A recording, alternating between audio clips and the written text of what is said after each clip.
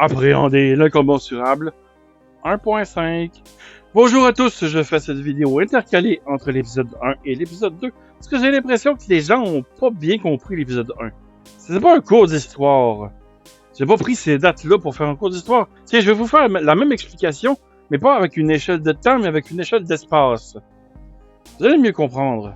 Parce que si vous pensiez que c'était un cours d'histoire, vous avez complètement raté l'explication de l'épisode 1.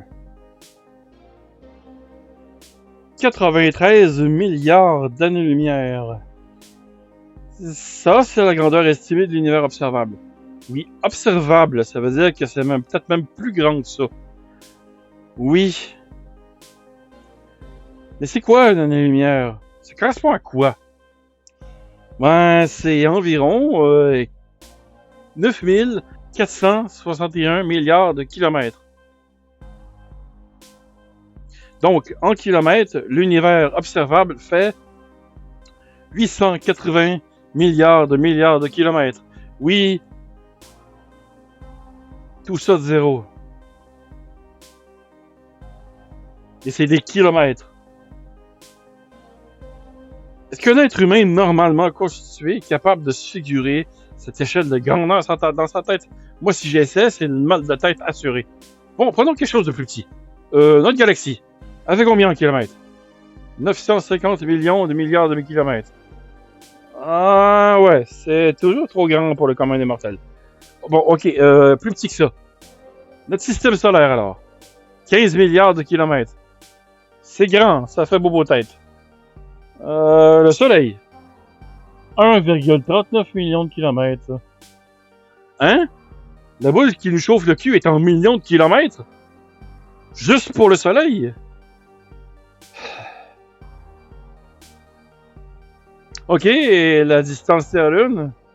384 400 km de vide spatial entre nous deux, c'est beaucoup pour un truc qui semble si près. Vous voyez, on sous-estime les distances, comme on sous-estime le temps réel que prend les choses pour arriver. C'est souvent long, c'est souvent hasardeux, mais ça arrive. C'est arrivé. C'est ça qui est mindfuck avec l'espace-temps. C'est que les étoiles que vous regardez dans le ciel, c'est du passé. Oui, ce que vous voyez, c'est l'image de l'astre envoyée il y a longtemps. La lumière du soleil prend 8 minutes à se rendre. Puis, prenons un autre exemple. OK?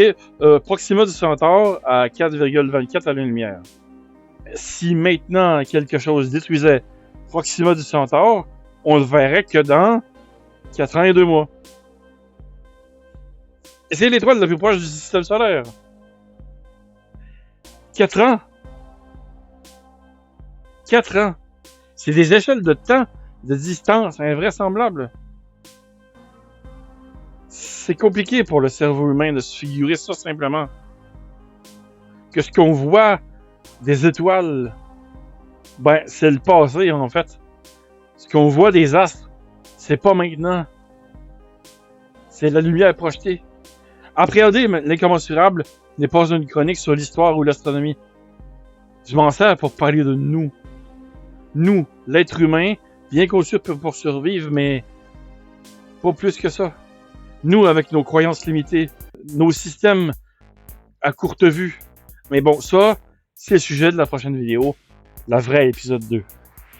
J'espère qu'avec cet épisode 1.5, avoir clarifié mon propos. À la prochaine.